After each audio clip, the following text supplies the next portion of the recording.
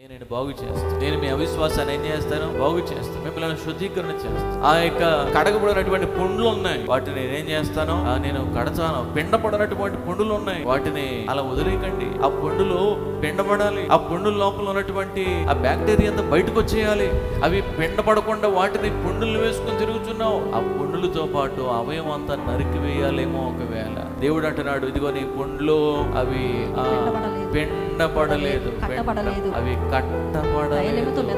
తైలముతో అవి మెత్తం చేయబడలా. నీ పుండ్లు కట్టబడలా. సహోదరుడు పుండులు వేసుకుని తిరుగుతున్నావు, పెరిగిపోతున్నాయి. ప్రాణము నిలవజాలనంత వ్యాధి దేవునికి అప్పగించేసి ఆ విధురాలు ప్రభుకి అప్పగించేసుకున్నది. మనం కూడా ఈరోజు నీ జీవితాన్ని పాడు చేసేటటువంటి, నిన్ను పతనానికి నడిపించే, నీ ప్రాణాన్ని తీసివేసే ఏ రోత జీవితం ఒకవేళ ఉన్నదో అవి ప్రభుకి అప్పగించి, దేవునికి అప్పగించి ప్రభు చేతుల్లో పెట్టేయాలి.